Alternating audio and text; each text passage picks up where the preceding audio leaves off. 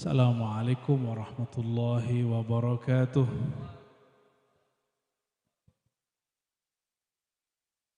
Alhamdulillahilladzi rafa'a sayyidana Muhammadan sallallahu alaihi wasallam wa rafa'a man rafa'a isma sayyidina Muhammad sallallahu alaihi wasallam wa rafa'a man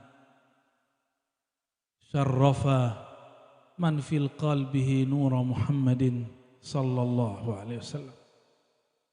Asyhadu an la ilaha illallah wa asyhadu anna Muhammadan abduhu wa rasuluh. Allahumma salli ala sayyidina Muhammad an-nuril dzati wa sirris sari fi sairil asma'i was sifat. Amma ba'du, para kiai ajengan, para muallim, para santri, jamaah semua masih kuat. Jam berapa ini? 12 ya? Dasar orang Bogor nih ya. Ini dekat sini gunung apa nih? Oh pantesan, dekat Gunung Salak tuh ya. Dekat gunungnya Wali itu. Semoga yang berhadir Allah terbitkan nur yang melimpah di kolbunya, amin. Kalau di hadis itu afdalul dzikri la ilaha, hadis riwayat Imam Tirmizi. Alhamdulillah kami baru berziarah ke beliau beberapa hari yang lalu. Bukan di Bogor itu. Ya Allah, di Rusia sana, di Uzbek. Hadis ini menyebutkan afdalul dzikri. Seafdal-afdalnya zikir adalah la ilaha. Berarti afdaluz zakirin, seafdal-afdalnya orang yang berzikir siapa? Ahlu la ilaha illallah. Jadi kalau mau tahu siapa orang paling afdal di dunia, afdalul khalqi ba'da Rasulillah sallallahu alaihi wasallam, hum ahlu la ilaha illallah. Orang yang paling mengerti la ilaha, lalu orang yang paling sering mewiridkan la ilaha illallah. Kenapa mengerti lebih tinggi daripada mewiridkan? Karena banyak yang baca nggak paham. Lebih baik baca sekali, zauknya tembus ke dalam sir daripada baca 1000 kali tapi nggak jelas, ngawang kemana-mana. Ya, semoga zikir yang tadi Allah hantarkan ke dalam kolbu. Allah kekalkan di dalam fuad dan sir kita. Dan Allah jaga sampai kita berpulang nanti. Amin ya rabbal alamin. Dzaqa ta'mal iman man radiya billahi rabba. Baru manis zikir kalau sudah ridho. Tadi pegel enggak kakinya? Ridho enggak? Kalau enggak ridho enggak nikmat zikirnya. Ya, waduh, Abu ya ini lama bener zikir. Udah enggak ridho tuh sudah. Ya.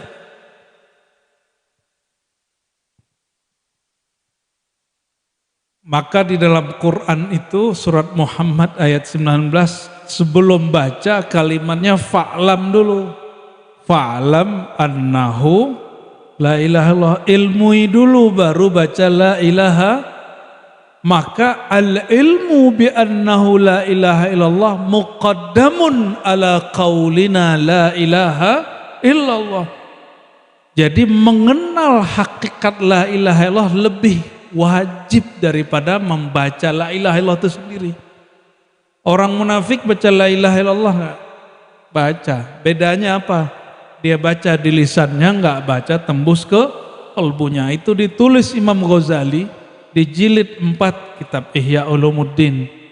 Kitab kajian yang sering dibaca ulama ahlus sunnah wal jamaah. Ini ahlus sunnah bukan nih? Apa ahlul bid'ah ini? Orang sekarang berani-beraninya bilang Imam Ghazali gak berjihad. Ya, ternyata bacaan kitabnya gak beres. Mereka baca kitab, judul kitabnya Hadhihi Hiya Sufiyah. Inilah Sufi. Yang nulis namanya Abdurrahman Wakil, seorang Wahabi. Kata si Abdurrahman Wakil ini, kemana Ghazali waktu perang salib gak ikut perang? Emang zaman YouTuber kayak sekarang ya? Coba, sekarang Israel, Sudan, Israel, Lebanon, Israel, semua lagi perang. Antum di sini. Masalah nggak ada? Emang sembarangan. Sekarang negara sudah modern. Alat untuk ke sana mudah, tapi kita nggak mudah loh mau ke sana. Kata si Abdurrahman Wakil ini, ngejek Imam Ghazali, apa-apaan nih Ghazali? Orang jihad dia nggak ikut jihad. Ternyata dia nggak paham Ghazali itu siapa. Itu juga ejekan mereka terhadap semua sufi. Mereka lupa pejuang-pejuang hampir di seluruh negeri semuanya sufi. Yang nggak takut sama musuh siapa? Yang nggak takut sama musuh. Musuh siapa aja sih? Tadi zikir Syazili apa Qadiri? Hizibnya Syazili, la ilaha illallahnya Qadiri. Beda apa? Masyrob itu beda. Kayak gini nih, giliran baca la ilallah pakai gelas ini, pakai botol ini, pas baca doanya, hizibnya pakai hizib bahar. Beda masyrob, enggak masalah. Karena abahnya beliau pemegang banyak sanad thariqah, mengambil dari Mbah Baidawi. Tahu ya? Di mana Baidawi itu? Mbah Baidawi ini bukan Baidawi Arab, tapi Mbah Baidawi Al-Jawi Al-Lasemi. Lasem. Saya jumpa dengan cucunya, dihikayatkan oleh beliau, dulu waktu Abu Yadim Yatim muda, ngaji ke sana, setelah matang khidmat dan berthariqah, mujahadah, riyadhah, bermakrifat, apa kata beliau? Kutub Jawa pindah ke Banten, gitu ngomongnya. Pindah ke Banten, nggak tahu sekarang pindah ke mana? Pindah ke Bogor bukan? GR ya. Yang ada kutu kepret ya. Allahumma sholli ala sayyidina Muhammad. Ngantuk kan nih? Serius. Ini saya nggak pernah bikin tabligh akbar. Semenjak 2022 kita tutup majelis kita, majelis hikam. Begitu buat majelis jam 12 sampai jam 3. 2022 orang udah nggak takut lagi sama pandemi. Ya, Allah buatlah setting kita kemudian mengalami suatu hal. Apa kata guru? Tutup majelis. Tutup majelis. Ini baru kali ini lagi nih. Kita taklim jam 12 nih. Horor ini ya. Taklim horor nih begini nih.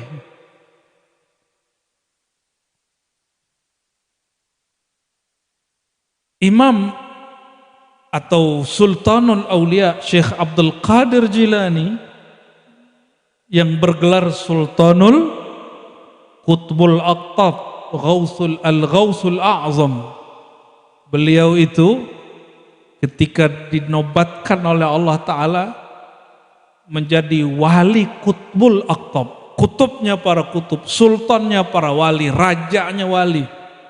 Itu waktu itu hadir 40 wali kutub. Apa kata beliau? Ini lagi saker nih, lagi saker. Tahu saker nggak? Lagi mabuk, lagi ahwal. Kata beliau, ana sultanul aulia, akulah sultan aulia, dan siapa ya semua wali itu di bawah telapak kakiku. Maka seorang muridnya paling tua Ibnul Haiti, lalu ada Qudaib Alban, wali Malamatiyah, dan beberapa wali seperti Imam Suhrawardi, baik yang muda ataupun kecil. Mereka kemudian bersimpuh di depan beliau lalu mengatakan, ya sayyidi da qadamak ala raqabatina, tolong letakkan kaki engkau di, jadi jangankan cium kaki cium tangan, di bawah kaki. Begitu pengangkatan wali di zaman itu. Ngeri nggak? Itu pengangkatan wali itu Pak. Jadi wali itu diangkat juga. Emang wali kota doang yang diangkat?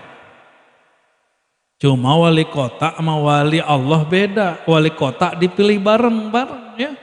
Bukan dipilih oleh orang-orang yang cerdas. Ya siapa yang kuat berasnya ya alhamdulillah. Tapi semoga bupati di Bogor nanti yang memilih berbau santri. Sehingga dia kemudian mengerti hari santri ini hari jihad Pak. Hari santri itu hari bahwa santri-santri ini nggak bisa zikir doang, dia bisa jihad juga. Jangankan musuh yang tampak, musuh yang tidak tampak aja dilawan. Ya. Musuh yang tampak kafirun mati. Kalau setan bisa mati nggak? Ada yang bisa matiin setan nggak? Setan tuh mati kalau kiamat. Nafsu bisa matiin nafsu. Kiai ini paling gede loh nafsunya Bapak Ibu. Hati-hati Bu ya. Betul nggak Pak? Lah betul, aku sendiri. Kata Imam Asyuti, setiap kali nur ilmu itu membebani seseorang, maka semakin kuat vitalitasnya. Ngeri kan? Imam Asyuti itu ngomong, bukan aku yang ngomong Pak. Allahumma sholli ala Muhammad. Kecuali sudah uzur, itu lain ceritanya. Coba Belanda musuh kita dulu nggak? Jepang berapa tahun? 2,5 tahun. Berakhir nggak? Berakhir. Coba setan udah berakhir belum melawan kita? Nafsu udah berakhir belum jadi musuh kita? Belum. Maka nanti buka kitab Al-Ghunyah karya Sultanul Aulia Syekh Abdul Qadir Jilani. Ada satu fasal judulnya Mujahadatun Nafs, Mujahadatus Syaitan. Apa kata beliau? Kamu bedakan. Ini bukan untuk mengatakan gak usah jihad melawan yang zahir, bukan. Tapi jihad yang selama ini dihina hadisnya, dihina kajiannya oleh kelompok-kelompok yang anti tasawuf, anti aswaja, justru jihad inilah yang hakiki. Inilah makna bahwa jihad melawan diri, melawan setan itu jihad akbar. Apa kata beliau? Jika engkau melawan orang-orang kafir, muqatalatul kufar, membunuh berperang dengan orang kafir itu tampak zahir dan terbatas, waktunya ada. Kalau muqatalah asyayatin, mujahadatus syayatin, berperang melawan setan, berakhirnya nanti kiamat. Kita mati aja dia nggak mati. Lebih ngeri mana? Jihad melawan setan atau jihad melawan orang kafir? Jihad melawan nafsu apa melawan orang kafir? Inilah kelamahan orang-orang yang hari ini ingin berjihad, tapi dia belum menaklukkan dirinya dan setannya sendiri. Membunuhnya gak mungkin, yang minimal kita mendominasinya di dalam diri. Inilah makna kalimat bahwa jihad melawan diri, jihad melawan syaitan itu lebih susah, lebih payah, lebih akbar daripada jihad melawan orang kafir. Orang kafir pakai pedang lah nanti, pakai, kalau sekarang masih pakai apa nih? Oh nanti ada masanya balik lagi kita ke masa manual. Orang berkuda lagi, orang pakai pisau lagi, pakai pedang lagi. Ada kampung Jampang kan namanya di Parung, mungkin aktif lagi itu terbikin golok tuh. Sekarang goloknya nggak serius, ya kita pukulin sama golok yang dari Jerman belah dua deh. Kita baru dari Bukhara Pak, itu goloknya Bukhara. Bisa cincang golok yang lain, bukan cincang daging. Jadi kalau ada golok-golok hancur semua seperti menghancurkan kaca. Nah, mengasah kolbu itu caranya 3 supaya bisa mengalahkan musuh yang bernama syaitan dan nafsu. Kebanyakan orang makainya cuma 2, yang ketiga nggak dipakai. Yang pertama, apa yang pertama? Kasratul ibadah, banyak ibadah, ini banyak orang ngerjain. Maka orang kira udah banyakin sholat, makin sholat. Ntar dulu, yang melakukan, mohon maaf, pelecehan seksual, ada nggak orang rajin sholat? Ada. Baca kitab. Pelecehan bukan seksual, beda jenis Pak. Sesama jenis yang ngerjain yang bisa baca kitab, ada nggak beritanya? Ada. Dia pinter otaknya, tapi belum sanggup melawan yang liar di dalam dirinya. Nggak bisa ngerjain lawan jenis, ngerjain sesama jenis. Nauzubillah summa nauzubillah. Apalagi kalau udah gak minat sama yang gelis-gelis gini, ini gawat itu. Allahu Akbar. Namun inilah kenyataannya. Ya, semoga yang hadir kalau ada ketemu orang begitu Allah sembuhkan. Ya. Itu penyakit Bapak Ibu. Itu penyakit umat terdahulu, umat Nabi Lut. Dan itu hanya Allah yang bisa menyembuhkan, gak ada lagi. Gak ada dokter bisa kena, ustadz megang ustadz bisa kena. Kan mereka mengira itu ruhnya laki, ruhnya perempuan, ketuker. Sejak kapan ruh punya kelamin Kiai? Kata psikolog sekarang nih, bahwa orang yang homo itu ruhnya ketuker badannya. Harusnya laki di tubuh laki, tapi dia laki di tubuh perempuan. Nauzubillah. Dia menuduh Allah dan menuduh dirinya sendiri. Sejak kapan kita belajar akidah Ahlus Sunnah bahwa ruh itu berkelamin? Ada nggak? Ada nggak kajiannya ruh berkelamin? Kan nggak ada. Ruh itu tidak berkelamin, dia tidak di luar badan, tidak di dalam badan, dia tidak menempati la yahullu ululan. Walaysa bidzakarin wala biunsa, dia nggak laki, nggak perempuan, nggak berwarna. Dia sirrun min asrarillah, amrun min amrillah. Rahasia dari rahasia Allah Subhanahu wa ta'ala.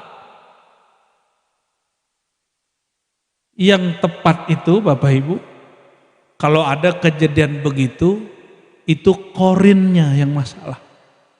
Korinnya mesti diganti. Cuma yang bisa ganti korin siapa Pak? Cuma Nabi sama Wali Gaus kali ya. Syekh Abdul Qadir kali yang bisa, wallahu alam. Kita nggak dapat kabar itu Syekh Abdul Qadir itu korinnya Islam atau tidak. Sehingga dapat dipastikan kalau orang jumpa sosok dalam mimpi atau zikir, itu apakah korin beliau, syaitan beliau, atau Syekh Abdul Qadirnya. Ya. Masih ingat kisah beliau didatangi syaitan? Nah itu korinnya sendiri. Korinnya beliau sendiri itu Pak. Korinnya Syekh Abdul Qadir itu musuh terakhirnya yang bisa dikalahkan. Untungnya Syekh Abdul Qadir Jilani ahli tauhid, ahli syariat, ahli hakikat, ahli ma'rifat, gak bisa ditipu. Syekh Abdul Qadir ente sultanul aulia, fakullu haramin halal. Maka semua yang haram halal buat ente. Kata Syekh Abdul Qadir, kirain beneran Tuhan. Udah senang aja kan. Udah cahaya, ada lipatan cahaya lagi, berlapis cahaya lagi. Itu cerita Tuhan palsu yang datang. Coba baca kitab Al-Fathur Rabbani. Sayyidina Syekh Abdul Qadir Jilani jumpa Allah hakikinya lebih banyak. Cuma orang gak eksplorasi itu kitab. Yang dieksplorasi cerita yang di kitab Manaqib. Bahwa dia didatangi oleh sosok yang mengaku Tuhan. Lalu yang mengaku Tuhan menghalalkan yang haram, maka beliau mengatakan, oh ente bukan ilah, bukan Allah, tapi ente syaitan. Ya, mana ada Allah itu merubah syariat setelah Nabi Muhammad sallallahu alaihi wasallam. Apa kata Syekh Abdul Qadir di kitab Al-Ghunyah? Melawan atau berjihad melawan jiwa yang jahat dan syaitan yang dilaknat itu lebih berat daripada melawan orang kafir Israel, lebih berat. Ini coba lihat. Cuma beda ormas, orang bisa tengkar loh urusan isu Palestina. Benar nggak? Masih ingat nggak dulu? Mana yang baju-baju loreng tadi? Ya. Banser dulu pernah bakar, nyopot bendera yang tulisan la ilaha illallah nggak? Itu dikafirkan nggak Banser? Ya, tinggal kita tanya, ente bakar kalimah atau bakar bendera orang yang ikut aliran sempalan? Coba kalau bakar la ilaha illallah hukumnya apa? Apa hukumnya? Emang langsung kafir? Ntar dulu. Sayyidina Utsman bakar dan bahkan kubur mushaf, kafir nggak? Habis beliau menyalin dengan timnya Zaid bin Sabit 6 bahkan 7 mushaf, semua mushaf para sahabat ada yang dibakar, ada yang ditanam antara mihrab Nabi SAW dan hujrah Nabi Muhammad SAW. Itu kafir nggak? Tergantung niatnya. Innamal a'malu bin niat. Ini main kafir-kafir aja ya. Emang sekarang zamannya orang main kafir-kafir kan ya. Itu tanda jiwanya belum beres. Beda faham dikit kafir. Tanda jangankan mau jihad sama orang kafir, jihad melawan dirinya sendiri dia belum beres, maka dia mengkafirkan, menghalalkan darah saudaranya sendiri. Nah, ini PR kita nih para ajengan, para kiai ya. Tadi apa kata beliau? Melawan orang kafir ada masanya enggak? Kata orang Belanda 350 tahun, itu benar. Itu mah di Sunda Kelapa doang, Pak. Di Aceh, orang Aceh nggak nyampe 30 tahun doang. Ya, bener nggak? Orang Aceh berapa tahun? Hanya 30-an tahun. Orang Aceh nggak mau disebut kami dijajah 350 tahun, itu mah cuma Sunda Kelapa, bagian-bagian Batavia sekarang itu. Melawan Belanda ada ujungnya. Dulu orang-orang tarekat diajarin tarekat Rifaiyah, Qadiriyah, debus, perang, nyampe ketemu bedil takut deh. Lupa dia sama Allah SWT. Sebelum ketemu bedil, gorok-gorok badan gak ada apa-apa, Pak. Ya, debus. Jangan dikira debus punya setan ya. Debus itu lahir dari rahim tarekat sufi. Syekh Abdul Somad Palembang, pernah dengar? Syekh Abdul Somad Palembang itu nggak bisa dibunuh Belanda, Pak. Ditusuk nggak bisa, ditembak nggak mati. Mirip-mirip si Pitung ya, tapi nggak pakai jimat dia nggak. Ketika beliau kemudian ke keluarganya di negeri Patani di Syam, ketahuan kelemahannya, maka beliau digorok, dipisahkan badan dan palanya. Maka kuburannya di sana agak ambigu juga. Ya, rahimallahu wa qaddasallahu sirrah, ya, murid dari Syekh Samman ya Al-Madani. Jadi Bapak Ibu, hari santri itu bagi saya itu mengingatkan kita mengenai asasul jihad. Bukan hanya lagi jihad. Kalau jihad Belanda udah selesai ya. Jihad Jepang udah selesai belum? Oh, dijajah Toyota sekarang ya. Dibilang jajah make. Berarti bukan dijajah, menikmati ya. Orang Jepang, Pak, jarang punya mobil kayak kita. Motor aja kayaknya nggak punya. Mereka lebih senang naik kereta. Kenapa? Mobil pajaknya mahal. Motor pajaknya mahal. Orang Indonesia pajaknya rendah. Makanya pada demen ngeredit. Innal kredita minal iman. Hadis palsu. Keluar turunnya di Gunung Salak, wangsit malam ini. Allahumma sholli ala Muhammad. Kayaknya kalau nggak ada kredit itu hidup kayaknya nggak bahagia gitu ya.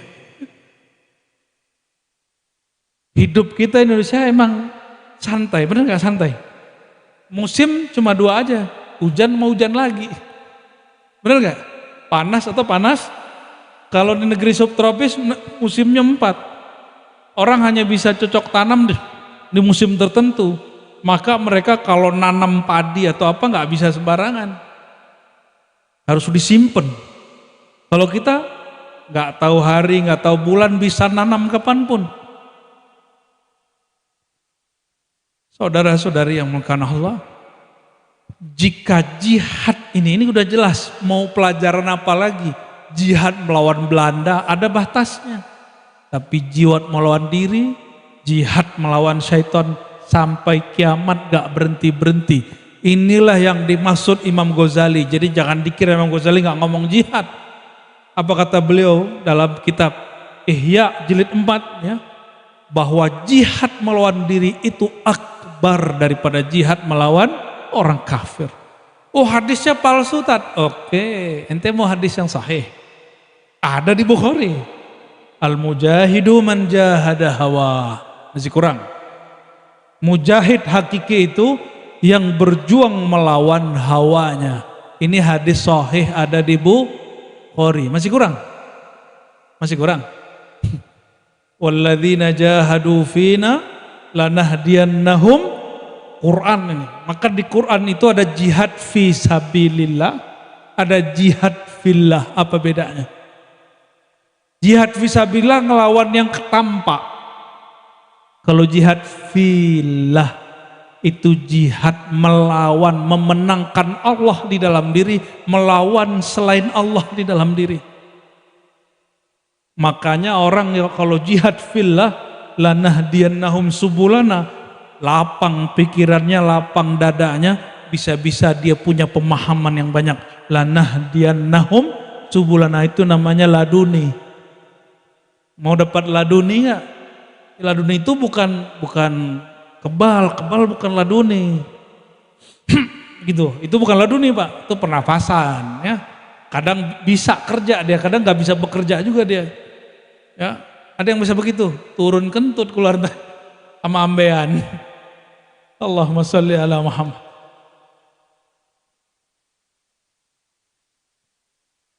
Jika tanggal 22 Oktober itu resolusi jihad, kemudian jadi hari santri, pertanyaannya nih, santri sama jihad itu sebenarnya akrab apa jauh? Akrab apa jauh? Akrab ya? Kalau kita ajak ke Palestina sekarang mau gak? Bingung kan? Tuh bingung dia. Kalau sekarang nih perang pada takut gak? Siap? Sesiap apa? Sesiap apa? Siap lari. Sesiap apa? Nah ini saya paling sampaikan beberapa hal yang penting ini. Sayyidina Rasulullah SAW, beliau pernah mau digorok orang. Hadis Sahih Bukhari Muslim. Lagi santai-santai pulang pergerakan dari suatu tempat mau pulang ke Madinah, tahu-tahu musuh masih ada, ternyata masih musim perang. Beliau istirahat di bawah pohon. Apa yang terjadi? Ada orang menghunuskan pedang di lehernya. Tapi anehnya nih orang nggak langsung. Dia pasti penasaran sama sisi Rasulullah SAW. Apa kata dia? Ya Muhammad. Nggak manggil Nabi Muhammad ya. Ya Muhammad. Kalau di Bogor manggil apa? Mamat. Mamat gitu. Tatang gitu. Itu yang di Patehan barusan bukan? Man yamna'uka an sayfi. Siapa yang sanggup menjaga kamu dari pedangku? Ini pertanyaan orang yang sudah ini kalau kita silat kalah nggak? Udah kalah, udah di sini Pak. Tapi Nabi sama orang debus saktian mana Pak? Hah? Saktian mana? Zikir debus bismillahirrahmanirrahim ya duru. Siapa yang ngajarin? Ya Nabi masih perlu baca nggak? Nabi masih perlu baca nggak? Nabi itu orang yang disebut dalam hadis qudsi, inna auliyai, kekasihku, wahai bai, ya, man zukiru bidzikri wa zukirtu bidzikrihim. Itu kekasih Allah dan kekasih sejati Allah Nabi Muhammad SAW. Orang yang jika ya zukiru, mereka diingat ketika aku disebut. Ketika aku disebut mereka diingat, ketika mereka diingat aku disebut. Ini ciri-ciri wali Pak. Sudah punya guru begitu belum? Kita ingat dia langsung kita tembus ingat Allah. Kita ingat Allah kita langsung ingat guru kita. Itu antum punya guru wali tuh. Capek-capek cari wali ke Arab. Ada wali di negeri kita. Ya. Allahumma sholli ala Sayyidina. Di riwayat Imam Hakim Tirmizi datang seseorang kepada Rasulullah, ya Rasulullah, siapa orang yang bisa kami jadiin muallim? Orang terbaik paling pantas jadi muallim. Apa jawaban beliau? Orang kalau kamu pandang dia, kamu ingat Allah. Orang kalau kamu ingat Allah, dengan ingat Allah, kamu ingat kepada guru itu namanya muallim. Itu muallim sejati. Kalau bahasa sekarang mursyid, walaupun nggak dapat ijazah dari syekh nggak apa-apa. Kalau ingat zikir, ingat Allah, ingat dia, ingat Allah, itu namanya rabitah. Itu namanya apa? Rabitatul mursyid, rabitatul syekh, ikatan cinta rohani murid dengan gurunya. Itu jawaban Rasulullah SAW. Dan orang yang begitu siapa? Itu Rasulullah SAW itu sendiri. Siapa orang yang jika disebut namanya kita ingat kepada Allah? Siapa? Rasulullah. Jika kita sebut namanya kita ingat Allah. Jika disebut Allah pasti Muhammadur Rasulullah. Siapa itu orang? Beliau. Jadi ketika ada orang nanya, man khairun nas ya Rasulullah, manusia terbaik siapa ya Rasulullah? Beliau nggak nyebut ana, beliau hanya nyebut sifatnya. Orang yang jika kamu pandang, kamu ingat kepada Allah. Kalau ada orang itu sekarang dia disebut Al-Warith Al-Muhammadi. Apa gelarnya? Jadi kalau ada guru mursyid kiai yang begitu karakternya, itu gelarannya di langit Al-Warith Al-Muhammadi, pewaris Nur Sayyidina Muhammad SAW. Ya. Kalau di antara semua orang dialah makhluk terbaik. Kalau dikumpulkan semua makhluk itu Nabi Muhammad sallallahu alaihi wasallam. Nabi Muhammad mau digorok nggak perlu lagi baca-baca doa, apa nggak perlu pakai pernafasan beliau. Ya, nggak perlu pakai mantra-mantra.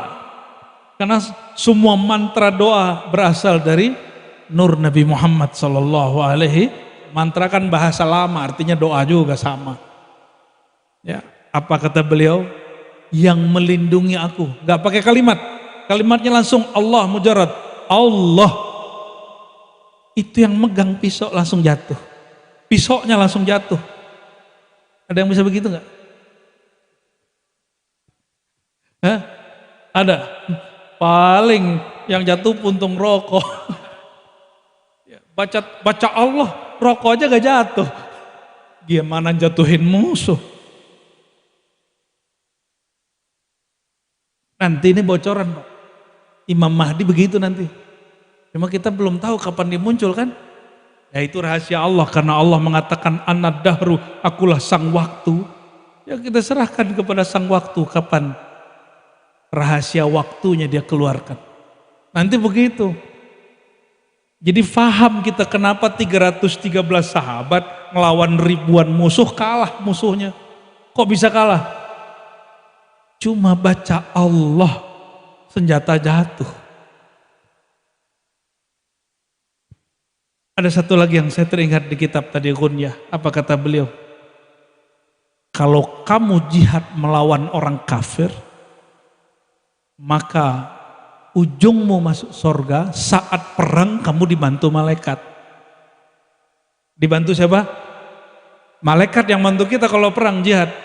Jadi antum turun nih jihad, pasti malaikat turun, itu udah pasti. Tapi jihad beneran, bukan jihad jahat. Bukan ngebom majelis, bukan ngebom polisi gitu ya. Bukan ngebom orang lagi sholat Jumat, dibom. Ya, na'udzubillah summa na'udzubillah. Di India, Pakistan, Bangladesh orang maulid dibom. Karena dianggap maulid itu musyrik. Maulid itu dianggap menuhankan Nabi Muhammad dan bertawasul dianggap syirik. Maka dibomlah majelis maulid di mana? Di India. Jangan sampai di negeri kita kejadian begitu. Maka harus semakin banyak nih majelis ini, tidak hanya bikin majelis, kita dewasakan umat. Ya. Ini grup-grup mbak-mbak yang gelis-gelis tinggal begini dari kemarin tadi ya. Pas zikiran udah gempor ya. Kita buka mata, oh udah sepi aja. Ya nggak bisa diajak zikiran Pak. Dia ziknya harus fathah jadinya. Jangan dibaca. Allahumma sholli ala sayyidina Muhammad.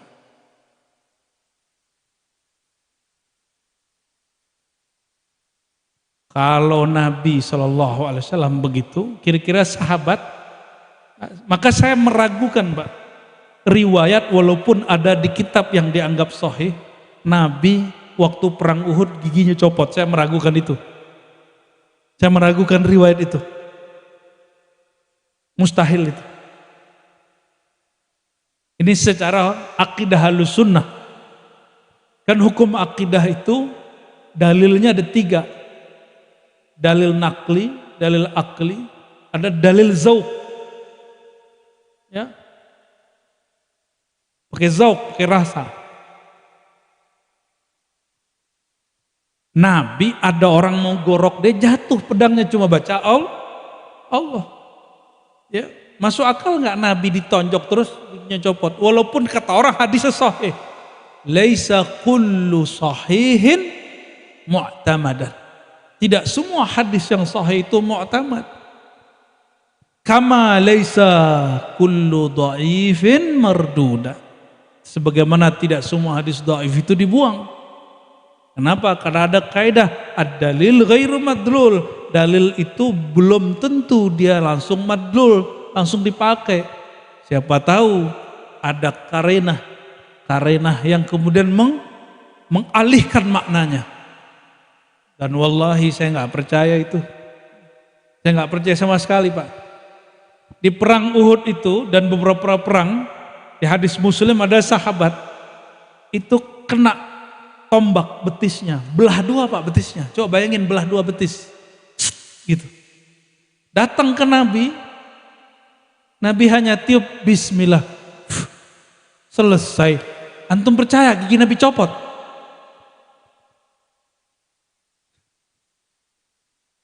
Maka tidak semua riwayat itu kita bisa terima.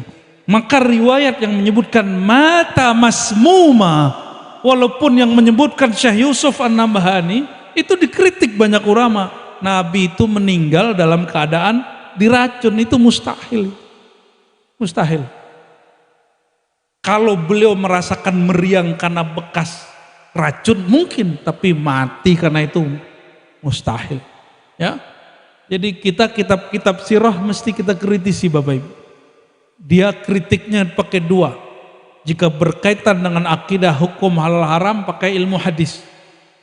Jika berkaitan dengan bab akidah maka dia harus pakai hukum akliyat.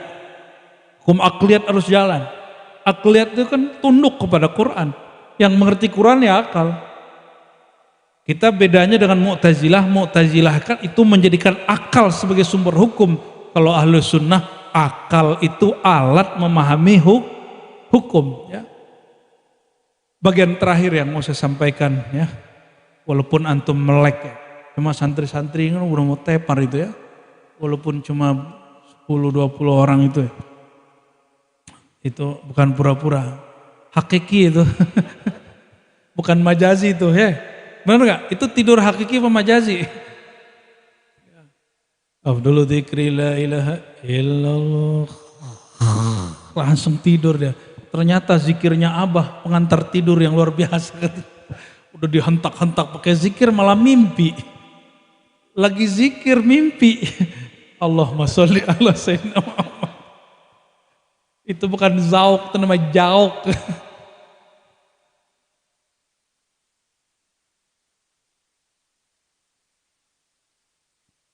Nabi Muhammad SAW ketika menyebutkan afdalul dzikri la ilaha illallah, zikir yang paling hebat itu la ilaha, apa tadi mafhumnya? Orang paling hebat itu ahlu la ilaha. Ahlu la ilaha Allah itu ada yang ahli waca, ada yang ahli riyadhah, yang paling tinggi yang ketiga Bapak Ibu. Al-alim bila ilaha illallah. Itulah makna ayat fa'lam annahu la ilaha illallah.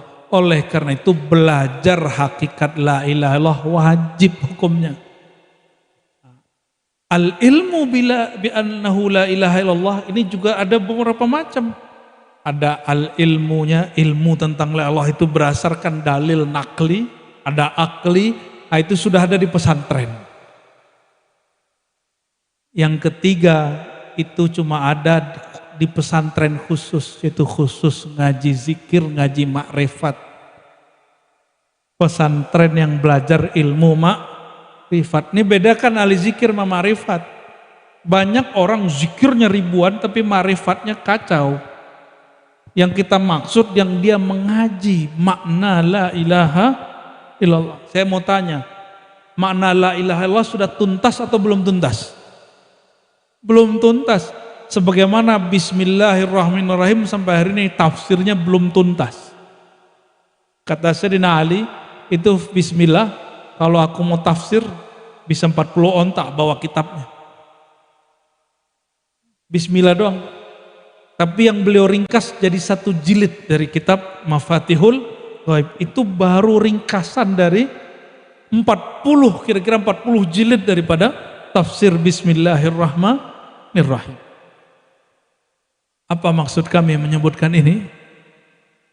Kalau ahli zikir sudah banyak dari dulu. Ahli fikir sudah banyak dari dulu. Tapi al-alim bizzikri wal mazkur, orang yang mengenal apa yang dia zikirkan dan siapa yang dia sedang sebut zikir namanya, itu yang jarang. Maka afdalu az-zakirin al-alim billah a'lamuhum billah. Di antara ahlu la ilaha illallah yang paling mulia adalah orang yang paling mengenal makna hakikat la ilaha illallah. Ilmu itu dia di dalam ruh, bukan di kesaktian tubuh. Maka pencirian orang punya ilmu ini dia bisa menyembunyiin ilmunya. Tapi Bapak Ibu digoyang dikit, kalau air digoyang keluar nggak? Gelas ini digoyang, keluar nggak? Kalau isinya kopi keluarnya hitam apa putih? Walaupun ditutup rapat-rapat, kalau dibalik tumpah nggak isinya? Maka ahlu sir, orang yang mengenal Allah, bermakrifat kepada Allah, kalau kita colek dia, pasti keluarnya makrifat. Kalau ahli zikir doang, kita colek dia keluarnya angka-angka, kamu zikir sekian, kamu zikir sekian.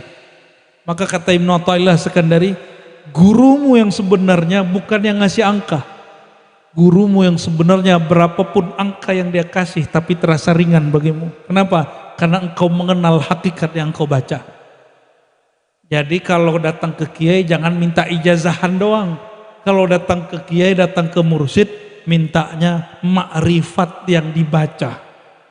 Ini yang mahal. Insya Allah kalau orang baca begitu, mau dikasih zikir 70.000, mau 7 juta, dia jabanin semua itu. Tapi kalau belum mengerti, duduk kayak tadi aja baca Fatihah, baca kulhu cuma sekian udah ngelesot ya. Aduh ya Allah gitu ya. Kalau nonton konser begitu nggak? Kenapa? Karena ada yang dilihat. Kalau orang mengerti ilmu la ilaha illallah, dia kayak nonton dalam dirinya. Asik baca la ilaha illallah. Kalau mimpinya mimpi nur, bukan al-hilm wa ihtilam, mimpinya ar-ru'ya salihah. Maka Bapak Ibu, saudara-saudariku yang makan Allah, saya mengajak jiwa jihad kita, jiwa yang jihad melawan nafsu kejahilan, melawan syaitan. Karena syaitan itu tahu musuh terkuatnya ahlul la ilaha illallah, maka pasti syaitan itu memusuhi ahli la ilaha illallah. Maka kalau dia pinjam wajah ustadz, dia pinjam lisan ustadz, si ustadz nanti bid'ahin zikir la ilaha. Udah ada belum ustadz bid'ahin zikir la ilaha illallah? Udah ada belum? Udah banyak belum ustadz menyesatkan, menganggap bid'ah bertorikoh? Udah banyak. Itu dia nggak sadar dia dipinjam oleh syaitan. Dianya bukan setan. Cuma kalau dipinjam setan berarti ente jadi wadah setan dong. Ya, bener gak? Yang dipinjam sama setan berarti teman siapa? Teman setan. Jangan sampai kita jadi teman setan. Maka Bapak Ibu yang bukan Allah, hadis penutup. Ada orang sholat, ada orang tidur. Yang tidur mengerti la ilaha illallah, yang sholat gak mengerti hakik la ilallah. Siapa yang ditakuti? Orang tidur dia gak sholat, kok dia gak takut? Kok dia takut? Kenapa dia takut? Ini orang sholat loh. Biar kita, mohon maaf, ini kebanyakan kita nganggap kalau bertoriko tuh sholatnya banyak, gak mesti. Imam Junaid al-Baghdadi itu mengatakan apa? Kalau dulu kamu ketemu aku, kamu gak sanggup ketemu. Sholatku ribuan rakaat. Cuma kata beliau, kalau murid ketemu kita sekarang, tazandaku, mereka zindik. Coba murid ketemu aku dulu. Yang dulu waktu beliau zikirnya sehari 70.000. Maksudnya apa? Orang alim tidur, ilmunya hilang gak? Orang jahil sholat, lalu ketiduran, dia masih sholat gak? Ada gak orang tidur sholat? Itu santri itu pernah gak ngelihat santri lagi ruku, lagi sujud, ngorok? Pernah gak? Pernah Kiai ya? Dia sujud tapi gak balik-balik ya. Dan yang paling canggih, lagi berdiri waladolin amin, dia bisa tidur. Kita juga heran itu. Kayaknya ada rumusan fikih terbaru itu Kiai. Panak kali dia. Panak filala atau fanak finnaum. Maksudnya apa? Orang jahil kalau dia tidur dia nggak bisa sholat. Ilmunya nggak ada, sholatnya pun tiada. Tapi kalau orang alim tidur, dia mungkin nggak sholat. Tapi ilmu dia hilang nggak? Coba kiai-kiai ini kalau tidur bisa nggak? Kita getok-getok kepalanya biar ilmunya kitabnya copot, bisa nggak? Kan nggak bisa. Mau jatuh 1000 kali juga nggak hilang ilmunya, kecuali kita hilangin kepalanya. Kalau itu hilang semua.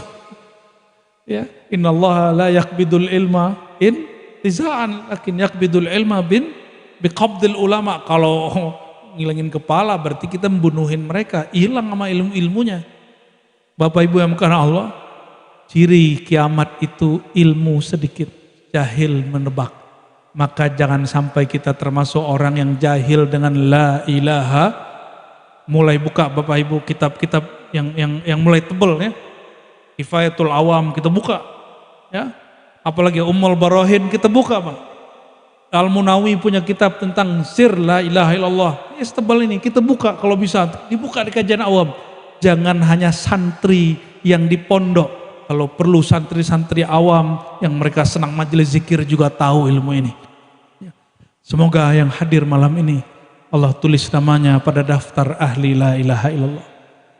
Allah tulis namanya pada nama orang-orang yang mengenal hakikat la ilaha illallah Muhammad Rasulullah. Allahumma ja'alna min ahlika, Allahumma ja'alna min ahlillah, Allahumma ja'alna min ahlil Quran, Allahumma ja'alna min ahli la ilaha illallah, Allahumma ja'alna min ummati sayyidina Rasulillah, Allahumma ja'alna min ahli man syafa'ahu habibuka Rasulullah sallallahu alaihi wasallam, Allahumma ja'alna mimman satarta uyubahu wa auratah birahmatika ya arhamar rahimin bihaqqi sayyidina Muhammad sallallahu alaihi wasallam mustajib da'watina.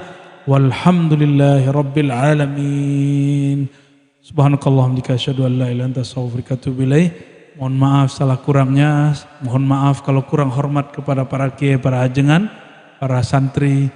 Saya sampaikan maaf dari dalam hati. Assalamualaikum warahmatullahi wabarakatuh.